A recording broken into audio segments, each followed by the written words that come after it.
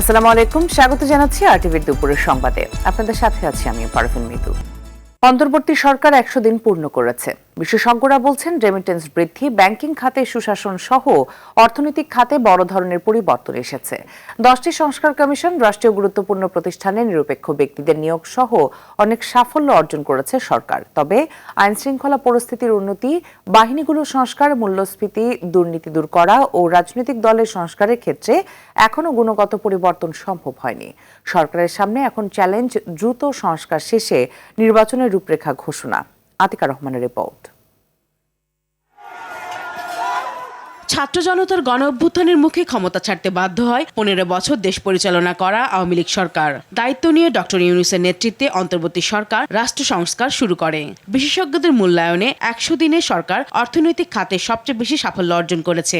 উল্লেখযোগ্য সফলতা হল নতুন বাংলাদেশ গড়তে 10টি সংস্কার কমিশন গঠন, রেমিটেন্স বৃদ্ধি, সরকারি বেসরকারি ব্যাংকের পরিচালনা পর্ষদের সংস্কার, দুর্বল ব্যাংকের সহায়তা, বিদেশি ঋণ পরিশোধ, নতুন টাকা না ছাপানো, অযাচিত প্রকল্পে অর্থ বরাদ্দ স্থগিত, ব্যাংক ও পুঁজিবাজারের সংস্কার কমিশন, অর্থনৈতিক শ্বেতপত্র কমিটি গঠন, বিচার ব্যবস্থা, সাংবিধানিক ও রাষ্ট্রীয় গুরুত্বপূর্ণ প্রতিষ্ঠানে যোগ্য ব্যক্তিদের নিয়োগ দেয়া। সুশাসন আনার ক্ষেত্রে যে পদক্ষেপগুলো নেওয়া হয়েছে, আমি যেটা বলি যে ব্যাংকের ভেতরে যে কর্পোরেট গভর্নেন্স, এইটার ব্যাপারে একটা ইতিবাচক পদক্ষেপ এসছে। বিভিন্ন শুল্ক কমানো এবং কর ছাড় দেওয়া হচ্ছে, এটা ইতিবাচক। বৈদেশিক লেনদেনের ক্ষেত্রে এক ধরনের প্রাথমিক স্থিতিশীলতা এসছে। ঋণ পরিষেবা, আমার যে পেমেন্টগুলো এরিয়ার অবস্থায় ছিল, সেই জায়গাতে এক ধরনের কনফিডেন্স আছে। বিশ্লেষকরা বলছেন, সাফল্যের পাশাপাশি অনেকগুলো সমস্যাও রয়েছে। কর ছাড় দিয়েও নিত্যপণ্যের দাম কমানো যাচ্ছে না। পুলিশ ও আনসার বাহিনীতে শৃঙ্খলা ফেরেনি। জনপ্রশাসনে শুদ্ধি অভিযান শেষ হয়নি। রাজনৈতিক দলগুলো সংস্কার করা সম্ভব হয়নি। এসবে বিশেষ নজর দিতে হবে। দ্রব্যমূল্য হচ্ছে 1 নম্বর চ্যালেঞ্জ। কেননা মানুষ বাজারে গিয়ে যদি সঠিক দামে, ন্যায্য দামে জিনিস কিনতে না পারে, তার কিন্তু এক ধরনের হতাশা তৈরি হচ্ছে এবং একসময় সে বিক্ষুব্ধ হয়ে যাবে। আমরা যেভাবে আশা করেছিলাম 100 দিনের সরকারটি অনেক ক্ষিপ্রগতির হবে, তৎপরতা দেখাবে, আমরা প্রশাসন সেভাবে ঢেলে সাজাতে দেখলাম না। পুলিশ প্রশাসনকেও দেখলাম না, বেসামরিক প্রশাসনকেও দেখলাম না। তার খেসারত কিন্তু আপনি দিচ্ছেন প্রতিদিন, প্রতি পদে পদে। রাষ্ট্র সংস্কারে গঠিত কমিশনের সুপারিশ বাস্তবায়ন করতে পারলে দেশের সব সেক্টরে আমূল পরিবর্তন আনা সম্ভব বলে মনে করছেন বিশেষজ্ঞরা। আতিকা রহমান, আরটিভি, ঢাকা। এদিকে দেশব্যাপী চলছে বৈষম্য বিরোধী ছাত্র আন্দোলনের আহ্বানে জুলাই বিপ্লবের দুর্বিষহ স্মৃতি সংগ্রহ এবং শহীদদের কবর জিয়ারত ও মসজিদে মসজিদে দোয়া অনুষ্ঠান।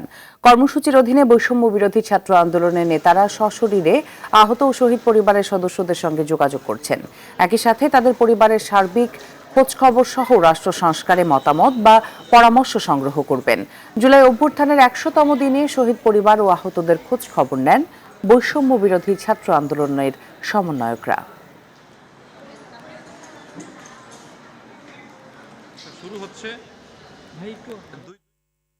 দর্শক, এই বিষয়ে আরো জানাতে রাজধানীর বায়তুল মোকাররম মসজিদ থেকে যুক্ত হচ্ছেন সহকর্মী মাহিন আরাফাত। মাহিন, দোয়া মাহফিলের বিষয়ে কি তথ্য আছে আপনার কাছে? জি মিতু, আপনি যেমনটা বলছিলেন, আমি এখন আছি রাজধানীর বায়তুল মোকাররমের প্রধান সড়কে এবং আপনারা যেমনটা দেখতে পাচ্ছেন, এখন হচ্ছে জুমার নামাজ অনুষ্ঠিত হচ্ছে। আমি যতটুকু জানতে পেরেছি, জুমার নামাজ শেষে যারা শহীদ হয়েছিলেন এবং আহত আছেন তাদের জন্য বিশেষ দোয়া মাহফিলের আয়োজন করা হয়েছে। এবং আপনাদেরকে জানিয়ে রাখি, নামাজের খুতবায় যারা শহীদ হয়েছেন এবং আহত হয়েছেন তাদের কথা বিশেষভাবে উল্লেখ করা হয়েছে। তাদের কথা উল্লেখ করে বলা হয়েছে যে তাদের যে তাদের আত্মত্যাগের বিনিময়ে আমরা যে স্বাধীনতা পেয়েছি, সেই স্বাধীনতা যেন কোনোভাবেই ক্ষুণ্ণ না হয়, সেজন্য দেশবাসী সবাইকে একাত্ম হওয়ার আহ্বান জানানো হয়েছে। এবং মসজিদ কর্তৃপক্ষের সাথে কথা বলে জানতে পেরেছি যে জুমার নামাজের ঠিক পরেই যারা শহীদ এবং আহত হয়েছে তাদের জন্য বিশেষ দোয়া মাহফিল আয়োজন করা হয়েছে। এবং ধর্ম মন্ত্রণালয় থেকে যে নির্দেশনা দেওয়া হয়েছে, আজকের মতো আগামী 22 এবং 29শে নভেম্বর শুক্রবারের জুমার নামাজের পরেও দেশব্যাপী শহীদ এবং আহতদের জন্য বিশেষ দোয়ার আয়োজন করা হয়েছে। এবং শুধু বিশেষ দোয়া নয়, দোয়া শেষে বৈষম্য বিরোধী আন্দোলনের যে নেতারা আছেন তারা শহীদ পরিবার এবং আহতদের পরিবারের সঙ্গে দেখা করবেন এবং তাদের সাথে রাষ্ট্র পরিচালনার বিভিন্ন বিষয় নিয়ে আলোচনা করবেন এবং তাদেরকে রাষ্ট্র পরিচালনার বিভিন্ন ক্ষেত্রে কিভাবে সম্পৃক্ত করা যায় সে বিষয়ে কথা বলবেন। এই ছিল আমার কাছে রাজধানীর বায়তুল মোকাররম থেকে সর্বশেষ। মায়ের অসংখ্য ধন্যবাদ আপনাকে। কাল থেকে শুরু হচ্ছে সেন্টার ফর গভর্নেন্স স্টাডিজের 3 দিন ব্যাপী আন্তর্জাতিক বে অব বেঙ্গল কনভারসেশন। এতে মুখ্য আলোচক হিসেবে যোগ দেবেন অন্তর্বর্তী সরকারের প্রধান উপদেষ্টা ডক্টর মোহাম্মদ ইউনূস। অন্যদিকে মালয়েশিয়ার প্রাক্তন প্রধানমন্ত্রী মাহাথির মোহাম্মদ সহ বেশ কয়েকটি দেশের প্রাক্তন প্রধানমন্ত্রী ও সরকার প্রধানরা যোগ দেবেন। এছাড়া পৃথিবীর বিভিন্ন দেশ থেকে 200 জন আলোচক ভূ রাজনীতি, মানবাধিকার, অপতথ্য ও জলবায়ু ও বাণিজ্য বিষয়ে আলোচনা করবেন। 3 দিন ব্যাপী আয়োজিত আন্তর্জাতিক এই সম্মেলনে যোগ দেবেন 800 ডেলিগেট। সকালে রাজধানীর প্যান প্যাসিফিক সোনারগাঁও হোটেলে আয়োজিত সংবাদ সম্মেলনে এসব তথ্য জানান সিজিএস এর নির্বাহী পরিচালক জিলুর রহমান। বলিভিয়ার ফর্মার প্রেসিডেন্ট জর্জ কুইরোগা, মালয়েশিয়ার former prime minister Mahathir Mohamad, ওনারা ইনগুরাল সেশনে বক্তব্য রাখবেন এবং সার্বিয়ার former president mister Boris Tadic, যিনি ক্লাব দি মাদ্রিদও মেম্বার।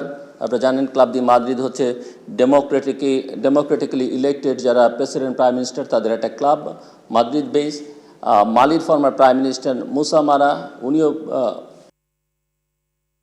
আলু পেঁয়াজের পর এবার বাড়তে শুরু করেছে ভোজ্য তেলের দাম। খোলা সয়াবিন, পাম তেল সহ বোতলজাত সকল তেলের দাম বৃদ্ধি পেয়েছে।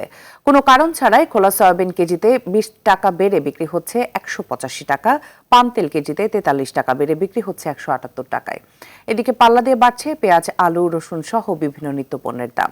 ক্ষোভ প্রকাশ করে ক্রেতারা বলছেন দাম কমাতে ব্যর্থ হচ্ছে সরকার। বিপুল দেবরায় রিপোর্টে থাকছে বিস্তারিত। হুহু করে বেড়ে চলছে নিত্যপণ্যের দাম। এ লাগাম টেনে ধরতে সরকার ব্যর্থ বলে মনে করছেন সাধারণ মানুষ। ভোজ্য তেলের উপর শুল্ক কমানো হলেও হঠাৎ টালমাটাল তেলের বাজার। রাজধানীর কাউরান বাজারে খোলা সয়াবিন তেল 165 থেকে বেড়ে 185 টাকা ও পাম তেল 135 থেকে বেড়ে বিক্রি হচ্ছে 178 টাকায়। এছাড়া বোতলজাত তেলের সংকট দেখিয়ে বাজারে সরবরাহ কমে গেছে বলে জানান ব্যবসায়ীরা। খোলা সোয়াবিন আগে ছিল 165 টাকা, 63 টাকা, এখন সেটা হয়েছে আপনার 185 টাকা কেজি। পাম অয়েল ছিল 135 টাকা কেজি, এখন 178 টাকা, 180 টাকার মতো। সরবরাহের তুলনায় কমাই দিচ্ছে, এখন যা গায়ে দাম ওই দামে সোয়াবিন তেল বিক্রি হইতেছে, অ্যাভেলেবল আসতেছে না। এদিকে তেলের পাশাপাশি আলু ও পেঁয়াজের বাজারে আগুন ঝরছে। দেশি পেঁয়াজ ঠেকেছে 140 ও ভারতীয় পেঁয়াজ বিক্রি হচ্ছে 120 টাকায়। সেই সাথে আলু বিক্রি হচ্ছে 70 থেকে 80 টাকায়। 1 টাকাও কমে নাই বাজার। ইন্ডিয়ান পেঁয়াজের বাজার বর্তমানে 110 টাকা আজকে, খুচরা বাজার হলো 120 টাকা। শীতের সময় কিন্তু উৎপাদন বেশি হয়, তবুও ওই সবজির দাম কমেনি, এখনো বেড়েই চলতেছে। কেজিতে 8-10টা আউট হয়ে গেছে, ক্রয় করতেছে কম, এজন্য আমাদের সেল কম হইতেছে। ক্রেতারা বলছেন সাধ্যের বাইরে নিত্যপণ্যের দাম কমাতে সরকার ব্যর্থ বলেও অভিযোগ করেন তারা। গত এক মাসের তুলনায় একটু জিনিসের দাম বেশি, যেমন তেলের দাম একটু বেশি। তেলে তো আজকে তেল নিলাম, তেল নিলেও বেশি, এরকম ডালের দামও বেশি। এখানে যদি দাম বেশি থাকে, এলাকা ভিত্তিক যে দোকানগুলো আছে সেখানে আরো দাম বেশি। উপর থেকে এটা ঠিক করতে হবে, যারা এটা এই যে এলসি করে। আমরা যতটুকু আশা করছিলাম যে দেশের প্রেক্ষাপট চেঞ্জ হলে হয়তো বা কিছু আমরা জিনিসপত্র ক্রয় ক্ষমতার মধ্যে আসবে, কিন্তু আসলেই তা না। সরকারের পক্ষ থেকে বিভিন্ন পণ্যের শুল্ক প্রত্যাহার ও কমানোর ফলেও কমছে না বাজার দর। এতে করে বাজার মনিটরিং জোরদার করা উচিত বলে মনে করছেন সংশ্লিষ্টরা। বিপুল দেবরাই, RTV, ঢাকা। শীত পড়তে শুরু করলেও ডেঙ্গু কমার লক্ষণ নেই। এতে সব শ্রেণীর মানুষের সঙ্গে বেশি দুশ্চিন্তায় প্রাথমিক ও উচ্চ বিদ্যালয়ের শিক্ষার্থীরা। এদিকে ডেঙ্গুর প্রকোপ না কমায় সিটি কর্পোরেশনের ছিটানো ওষুধের কার্যকারিতা নিয়ে প্রশ্ন তুলেছে ভুক্তভোগীরা। অরণ্য গফুরের রিপোর্ট। সারা দেশে প্রতিদিন গড়ে 1100-এর বেশি মানুষ আক্রান্ত হচ্ছে ডেঙ্গু রোগে। শীতের আবহে যেখানে কমে আসার কথা এডিস মশা, সেখানে আক্রান্তের এমন হার উদ্বেগ ছড়াচ্ছে সারা দেশেই। আক্রান্ত ডেঙ্গু রোগীর মধ্যে প্রায় 16% শিশু। এক সপ্তাহের মধ্যে প্রাথমিক ও মাধ্যমিক স্কুলের ফাইনাল এবং ইংলিশ মিডিয়ামে মিড টার্ম পরীক্ষা থাকায় উদ্বেগের ভাঁজ অভিভাবকদের কপালে। পরীক্ষা শুরু হবে আমাদের, হাফ ইয়ারলি এক্সাম, এটা দিতে পারবো না আমি, তো এটার ব্যাপারে খারাপ লাগতেছে। বাচ্চা স্কুলে যেতে পারলো না, বাচ্চার দেখা যায় এক্সাম শুরু হয়ে যাবে, ওটার মধ্যেও হয়তো অংশগ্রহণ করতে পারবে কিনা। তাও ওদের স্কুলের সামনেও দেখি মাঝে মাঝে দেয়, কিন্তু আমার মনে হয় কাজ হয় না ওনাদের ওষুধ। ও সমস্ত নেই গ্রামে, কি আর কার্যক্রম টাউনই থাকছে না, তার গ্রামে কোন জায়গায় থাকবে। যশোরে ডেঙ্গু চিকিৎসা হয় নাকি আমরা ভালো সাহস পাইনি বলে চলে আসছি। অতিরিক্ত জ্বরে তাপমাত্রা ঘুরে মাথা ঘুরে পড়ে যাচ্ছে, সেই কারণে ভয়তে আমরা চলে আসছি আর কি। ডেঙ্গুতে মৃত্যুহার গেল বছরের তুলনায় কম হলেও বছরের দ্বিতীয় সর্বোচ্চ সংখ্যা দখলে নিয়েছে চলতি মৌসুম, তাই সতর্ক হওয়ার পরামর্শ চিকিৎসকদের। অনেক পেশেন্ট আছে যেগুলো হচ্ছে আমাদের ডেঙ্গুর সাথে আদার কিছু সমস্যা আছে, যেমন সেকেন্ডারি ইনফেকশন নিয়ে আসতেছে, এগুলো আমরা ট্রিটমেন্ট দিচ্ছি। মোটামুটি আমাদের রিকভারি রেট ভালো। সুরেস্টের কথা বলি, সাথে তরল জাতীয় খাবার বেশি খেতে বলি, যেটা আমাদের, আর মোটামুটি নর্মাল খাওয়া দাওয়া করলেই হবে। ঢাকার পাশাপাশি সারা দেশেই ডেঙ্গু নিয়ন্ত্রণে সরকারের কার্যকর উদ্যোগ চায় সাধারণ মানুষ। অরণ্য গফুর, RTV, ঢাকা। শান্তিপূর্ণ পরিবেশে রাজধানীর কাকরাইল মসজিদে অবস্থান নিয়েছেন মাওলানা সাদ অনুসারীরা। শুক্রবার সকাল 8টার পর থেকে তারা অবস্থান নিতে শুরু করেন। তাবলিগ জামায়াতের দুই পক্ষের বিরোধের পর থেকে মার্কাজ মসজিদে 14 দিন সাদপন্থী ও 28 দিন জুবায়েরপন্থীদের থাকার নিয়ম থাকায় আজ তারা দলে দলে মসজিদে আসেন। এ সময় জুবায়েরপন্থীরা শান্তিপূর্ণভাবেই মসজিদ ত্যাগ করেন। বিশ্ব ইজতেমা 2 দফায় নিয়মিত অনুষ্ঠিত হয়ে থাকলেও জুবায়েরপন্থীরা এবার একবারই ইজতেমা আয়োজন ও কাকরাইল মসজিদে মাওলানা সাদের অনুসারীরা প্রবেশে বাধা দেওয়ার ঘোষণা দেন। এতে ক্ষুব্ধ হয়ে ওঠেন সাদপন্থীরা। পরেও যদিও 58তম বিশ্ব ইজতেমা আগের নিয়মেই 2 দফা হওয়ার কথা জানায় স্বরাষ্ট্র মন্ত্রণালয়। এবং এটা মান্যিয়ালা জামাত, এটা শিবদের জামাত, এটা বিতর্কিত জামাত না। সমস্ত মুসলমান যেন এক হয়ে যায়, এটা আমাদের বড়দের চাওয়া। দর্শক, কাকরাইল মসজিদ চত্বরে এই মুহূর্তে আছেন সহকর্মী রফিকুল ইসলাম, সরাসরি যুক্ত হচ্ছেন তিনি। রফিক, সেখানকার পরিস্থিতি কেমন দেখছেন আর কি বলছেন সাদপন্থীরা? মিতু, মসজিদ এলাকার পরিস্থিতি যদি বলি এখন একেবারেই শান্ত। কিছুক্ষণ আগে জুমার নামাজ শেষ হয়েছে। জুমার নামাজ শেষ করে কিন্তু মুসল্লিরা যার যার এলাকায় ফিরে যাচ্ছেন। আপনাকে একটু এখন বর্তমানে যে চিত্র মসজিদ এলাকায় সেটি দেখাতে চাই। নিশ্চয়ই দেখতে পাচ্ছেন মসজিদ থেকে কিন্তু এখনও মুসল্লিরা বের হচ্ছেন এবং বের হয়ে তারা যার যার ঘরে চলে যাচ্ছেন।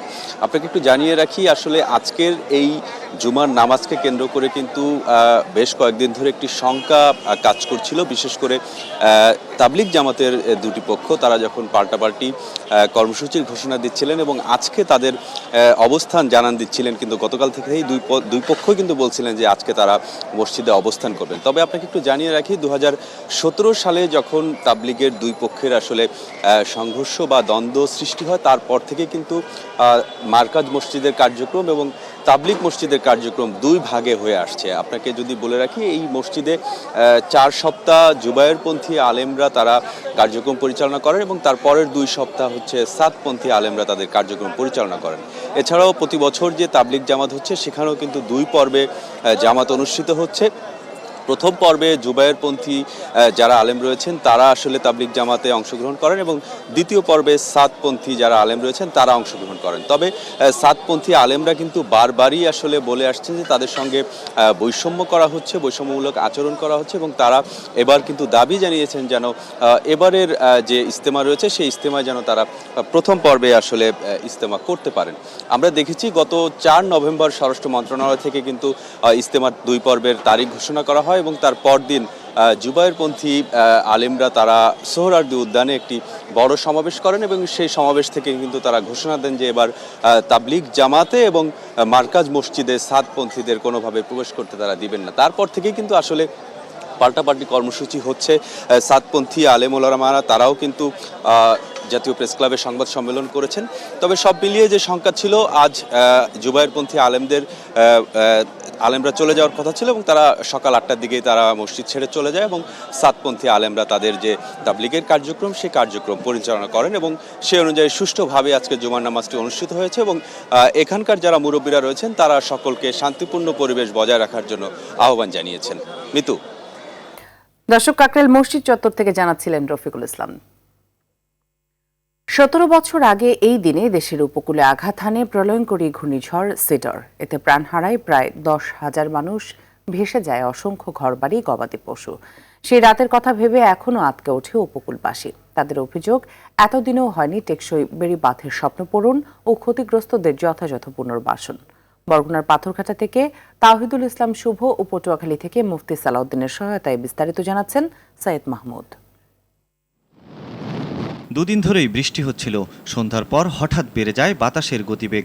উপকূলীয় জনপদের ছোট্ট শিশুরা তখন মায়ের কোল ঘেঁষতে থাকে, কিন্তু কিছুক্ষণের মধ্যে ঘন্টায় 260 কিলোমিটারের দমকা হাওয়া সেই আশ্রয়স্থলটুকুও কেড়ে নেয়। 15 থেকে 20 ফুট উচ্চতার জলোচ্ছ্বাসে ছোট্ট শিশু, মা বাবা, গবাদি পশু, ঘরবাড়ি সবই ভেসে যায়। সরকারি তথ্য অনুযায়ী 1960 থেকে 2020 সাল পর্যন্ত দেশে মোট 35টি বড় ঘূর্ণিঝড় বা সাইক্লোনের হদিস পাওয়া যায়।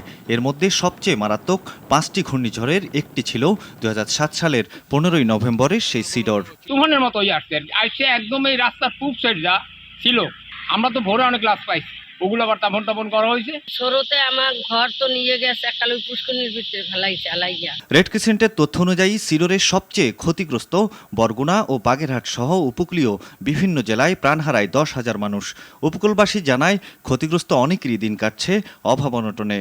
আমরা তো সরকারি অনুদান কিছুই পাই না, বাবার বাড়িও যাই না, মা নাই বাপ নাই। ক্ষয়ক্ষতি হয়েছে, বাড়িঘর সবই মানে ঘরের মাটির পর্যন্ত পাই নাই, সবই গেছে। তাদের অভিযোগ, সিডরের 17 বছরেও বরগুনার পাথরঘাটার পদ্মাগ্রাম, জিমতলা, পটুয়াখালীর পায়রা নদী উপকূলের মির্জাপুর সহ উপকূলীয় বিভিন্ন জেলায় টেকসই বাঁধ নির্মাণ করা হয়নি। এসব কারণে ছোট ঘূর্ণিঝড়েও ভুগতে হয়েছে। দুর্যোগ ব্যবস্থাপনা ও ত্রাণ মন্ত্রণালয়ের তথ্য বলছে, চলতি বছরের মে মাসে ঘূর্ণিঝড় রেমালে দেশের 20 জেলায় ক্ষয়ক্ষতি 6,880 কোটি টাকা। এইটা যদি সরকারের পক্ষ থেকে যদি আপনার ভেরিফাই করে, তাহলে এই দেশ এই দুইটা ইউনিয়ন রক্ষা পায়। পর্যাপ্ত বরাদ্দ পেলে টেকসই বাঁধ নির্মাণ ও ক্ষতিগ্রস্তদের সহায়তা প্রদানের আশ্বাস দেয় সংশ্লিষ্ট প্রশাসন। যেগুলো বেশি ঝুঁকিপূর্ণ সেগুলো আমরা ঘূর্ণিঝড় আসলেই তার আগে আমরা এগুলো কাজ করতে পারি। বিভিন্ন কর্মক্ষেত্রে তাদের পরিবারগুলোকে ইনভলভ করা, পিছিয়ে পড়া জনগোষ্ঠীকে এগিয়ে নিয়ে যাওয়া, এগুলো নানাবিধ বিষয়গুলো স্মরণ করে তাদেরকে আমরা সবসময় স্মরণ করব। সৈয়দ মাহমুদ, RTV। চুয়াডাঙ্গায় কার্তিক মাসে শুরু হয়ে গেছে শীতের আমেজ। এতে তাপমাত্রা কমার সঙ্গে ভোর থেকে কুয়াশার ঢাকা থাকছে চারপাশ। সকাল 6টায় এই জেলার সর্বনিম্ন তাপমাত্রা রেকর্ড করা হয়েছে 17.5 ডিগ্রি সেলসিয়াস। তবে বেলা বাড়ার সঙ্গে সঙ্গে সূর্যের দেখা মিলছে। আবার বিকেল হলেই কমে যাচ্ছে তাপমাত্রা। সাধারণ পৌষ ও মাঘ মাসে চুয়াডাঙ্গায় সর্বনিম্ন তাপমাত্রা বিরাজ করে। চলতি বছর অনেকটা আগেই শীতের আমেজের দেখা মিলছে এই জেলায়।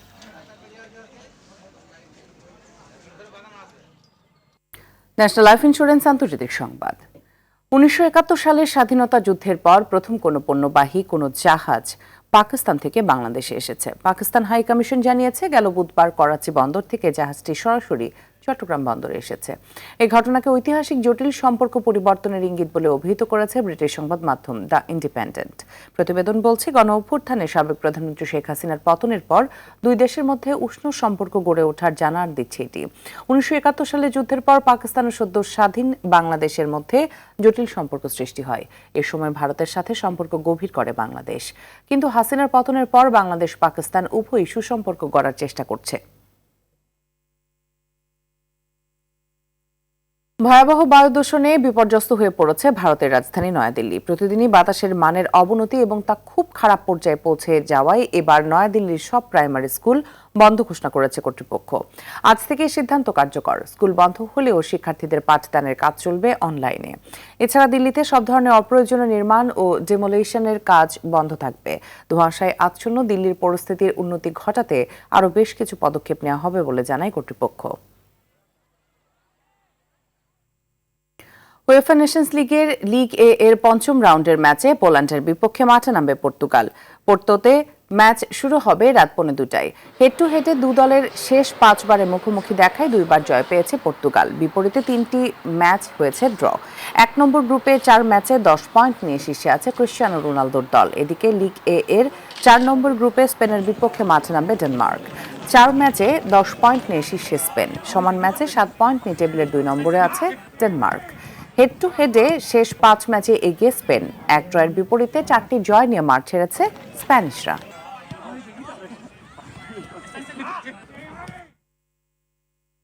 সংবাদ শেষ করব পুরান ঢাকার ঐতিহ্যবাহী নবাবী রাইডের খবর দিয়ে।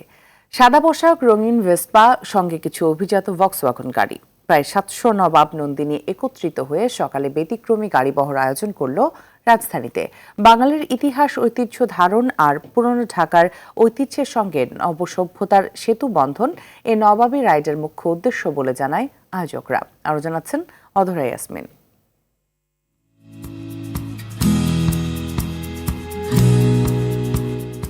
সেজেগুজে গন্তব্য অভিমুখে এ যুগের নবাব নন্দিনীরা।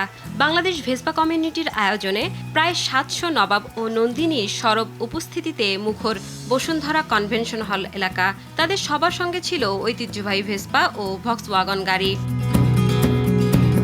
আধুনিক মোটরসাইকেল কেনার সাধ্য থাকলেও বাংলার ঐতিহ্য আর নিরাপত্তার কথা মাথায় রেখে পুরনো ভেসপাকে আঁকড়ে ধরে থাকার কথা জানায় অনেকে। এ নবাবী রাইড তাদের কাছে রীতিমতো উৎসব। বিবিসির 2টা সিগনেচার ইভেন্টের মধ্যে নবাবী রাইড একটা, তো আসলে আমাদের সারা বছর ব্যাপী এটার জন্য আগ্রহ থাকে। এটা তো আমার ফ্যামিলি উৎসব, মানে তো অন্যরকম আনন্দ। আমরা নবাবদের সাথে নন্দিনীরা আসছি, থেকে আসছি নবাবী রাইডে উদযাপন করার জন্য। আমার কাছে তো নবাবী রাইড মানে হচ্ছে ঈদের মতো একটা আমেজ। সারা রাত ঘুমাতে পারে কখন এখানে আসবো।